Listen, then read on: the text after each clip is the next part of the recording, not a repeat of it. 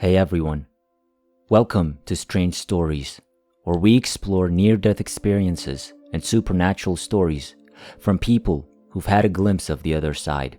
If you enjoy our content, please consider liking the video and subscribing to our channel. Without further ado, let's get to the story of the day.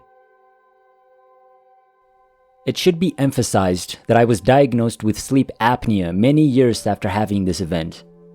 I was sleeping with my partner when I became awake at the top of the room, and then woke up. But when I woke up, I was gazing down on myself and my sleeping companion. How bizarre. How did I wind up here? I wondered. My eyes were immediately covered, but not to the point that I couldn't see. But it was like a veil over me, well over my eyes, shortly after I asked the question. Then there was a really warm light all around me. The light shone through the veil. It was a very warm glow all around me. The light had a warmth to it, like when you're out by the beach. There's something very peaceful about being on the beach and feeling the warmth on your skin.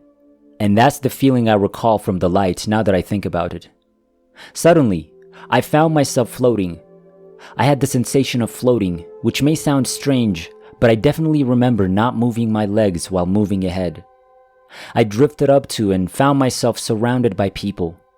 They weren't actual humans, but I'm convinced they were people's spirits. People, I suppose, but I'm convinced they were souls. I was encircled by a group of perhaps 10 to 20 of them. They were all greeting me, and I could feel their warmth. It was a loving embrace, and I still get emotional thinking about it. Every time I think about it, I become emotional. I could sense them speaking to me, perhaps telepathically rather than verbally. Welcome, welcome. It's so good to see you, they said. Their voices were so lovely, and my heart was filled with love and acceptance. It was an overpowering sensation of exhilaration to be there, similar to when you encounter someone you haven't seen in a long time. You know, almost like saying, "Oh, you're here. You're here." Then you're itching to wrap your arms around them. "Come here. We want to give you a big embrace," they urged. I mean, it was absolutely stunning. Nothing can be explained here. It was incredible. It takes me to tears every time I think of all that wonderful love. I was 26 years old at the time and didn't know anyone close to me who had died, so I had no sensation of knowing these folks, but after being welcomed by everyone, I recall them parting like a curtain. I then glided onward, passing through them as they split. I could sense myself going closer to someone who was just beyond where they were all greeting me, and then I felt myself face to face with this person. I could see a bright light through my veil, then the contour of his face, the holy face of Jesus. The light was lovely and warm, and it seemed to originate from Jesus, along with an outpouring of love and compassion. I could see the contour of Jesus' face, even though there was a brightness and my eyes were still covered by the veil. I saw a program on the holy picture of Jesus on the Shroud of Turin sometime after my encounter, and it was the exact image I saw through the veil that day. I didn't hear anything at first, but he greeted me. I suppose I was being embraced because I felt so much peace and love. He asked whether I was ready to be with him, and I was immediately torn because I couldn't bear the notion of leaving Jesus and his love. But I reluctantly informed him that I needed to return for the sake of my 3 girls, all of whom were under the age of 5. I told myself they didn't, that they wouldn't have a stable existence with their father if I left. But I felt an overwhelming need to return right away.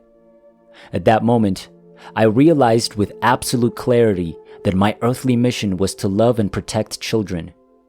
I could feel this awful pain in my mind, body and spirit, and felt the desire to cry because I also wanted to be with Jesus forever. I wanted to stay in that warm, unconditional love, and I told him I had a tremendous care and obligation to protect my children, and I was extremely concerned about what their lives would be like without a mother. I hesitated when Jesus asked me 2 more times if I wanted to stay with him. I felt agony and grief in my heart every time he urged me to stay because I knew I had to choose between returning to my children, whom I loved more than everything, and staying with Jesus, who loved me more than anything. I wished to remain with Jesus. I desired to remain in that state of unconditional love and peace. It was a serenity in which I could feel nothing but a quiet stillness surrounding me, save Jesus' love. Despite that wonderful feeling, I told him I couldn't remain. When I look about it now, I'm not sure if I felt my role in my children's lives was so important, or if I was concerned about what their father could or would do to them. You know, on the day of this incident, I was scheduled for surgery only a few days later, and I had recently told my family to keep an eye on my children if anything happened to me during surgery. I had a strong sensation something horrible was about to happen to me, and I was worried about the children being completely in the care of their father.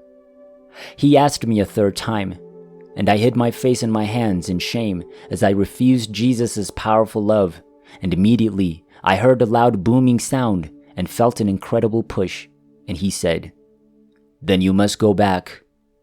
And then suddenly, I was pushed back by a wind with such a powerful force that I remember falling down into my body. I say I fell down because I was falling backwards as I thought, "No," and immediately regretted it. Then there was an internal dialogue in which I wanted to bargain with Jesus about love, my life with my children, the outcome of my surgery, and so much more. But I was out of time. All of this happened in the seconds before I felt my soul bounce 3 times into my body. But before the third bounce, Jesus informed me, "Do not worry about the surgery. You will be okay." I was in bed when I opened my eyes again, choking and gasping for air as if I hadn't been breathing. All I could feel after the gasping ended was anguish, grief, and regret. I cried for 2 or 3 hours straight before telling my girlfriend what had occurred to me. When I think back on it, I feel like I failed my children in so many ways, and they're upset at me. My girls are grown, and I'm not sure if my return made a difference in their lives. I worked so hard during their upbringing to make the second opportunity God granted me worthy of this love. I went to counseling to work on myself, and I dated with my faith in mind, wanting to find a better husband who would be a good male role model and a committed husband. I married with the goal of modeling a religious and healthy family life. However, it appeared that the harder I worked, the more problems I experienced, and the hope was gradually replaced with anguish and sadness. And instead of turning to Jesus for guidance, I turned away. It took me years to rediscover my religion, but I'm getting closer to Jesus and believe I'll be there again someday. I'm not coming back if that happens.